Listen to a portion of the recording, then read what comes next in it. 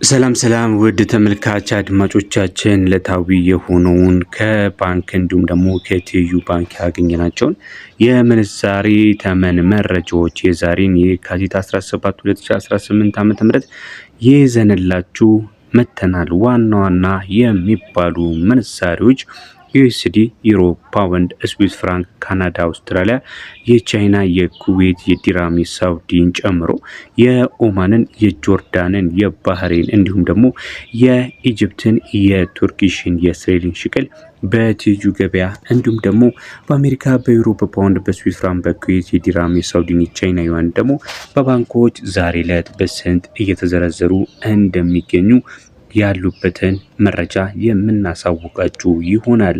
እስከ መጨረሻው ድረስ መከታተላችሁን አትዘንጉ። ለቪዲዮ አዲስ ከሆናችሁ ቪዲዮን ላይክ እንዲሁም ሰብስክራይብ በማድረግ ይህንን ቤተሰብ ትቀላቀሉ ዘንድ በማቅረብ እንጠይቃለን። አሁን ቀጥታ ወደ መረጃዎቻችን ነው የምንሄደው።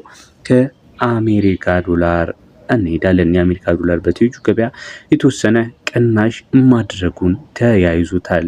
የተወሰነ ከትላንት ተመሳሳይ ቀን ጋር ሲነጻጸር ምንም እንኳን የተወሰነ ከፍ ማለት ነገር ቢስተዋልበትም ነገር ግን ቀደም ካሉት ቀናቶች ጋር ሲስተያይ በተወሰነ ብር ቀንሷል ማለት ነው። በምን ያህል ብር ቀነሰ የሚለውን እሱም ብቻ ሲሆን ሌሎችንም ምንዛሬዎች የምንከታተል ይሆናል እስከ መጨረሻው። በተጨማሪም ደግሞ በባንኮች ላይ በምነግራችሁ ምንዛሬ ላይ የኢትዮጵያ ንግድ ባንክን ስለሆነ ምነግራችሁ እንግዲህ የኢትዮጵያ ንግድ ባንክ በእያንዳንዱ ምንዛሬ ተመን ላይ የ10 ብር ጭማሪ ያለው። ስለዚህ 10 ብር ሲመነዘር እየጨመራችሁ ተከታተሉናላችሁ ማለት ነው። በትይዩ ገበያ አንድ የአሜሪካ ዶላር ዛሬ ላይ በ191 ከ20 እየተዘረዘረ ይገኛል። 100 ደግሞ በ19120 ነው በመዘርዘር ላይ የሚገኘው።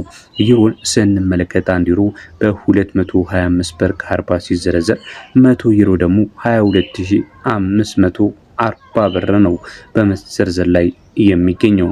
እንቀጥላለን። በመቀጠል የምንመለከተው የፓውንድ ስተርሊንግን ሲሆን አንዱ ፓውንድ ስተርሊንግ ዛሬ ላይ 257 ብር ከ60 ገብቷል። 100 ፓውንድ ስተርሊንግ ደግሞ 25760 በመዘርዘር ላይ ነው የሚገኘው። ሶስቱን ምንዛሬዎች በባንክ በስንት እንደምታገኙት በመቀጠል ነግራችኋለሁ። የአሜሪካ ዶላርን በባንክ በኢትዮጵያ ንግድ ባንክ መረጃ መሰረት በ156 ከ06 ከ10 ብር ጉርሻ ጋር 166 ብር ከ06 በኢትዮጵያ ብር አንዱ በመዘርዘር ላይ ነው የሚገኘው። ዩሮን ስንመለከት እንዲሁ 1 ዩሮ በባንክ ላይ በ184 ከ91 እየተዘረዘረ ነው የሚገኘው። የፓውንድ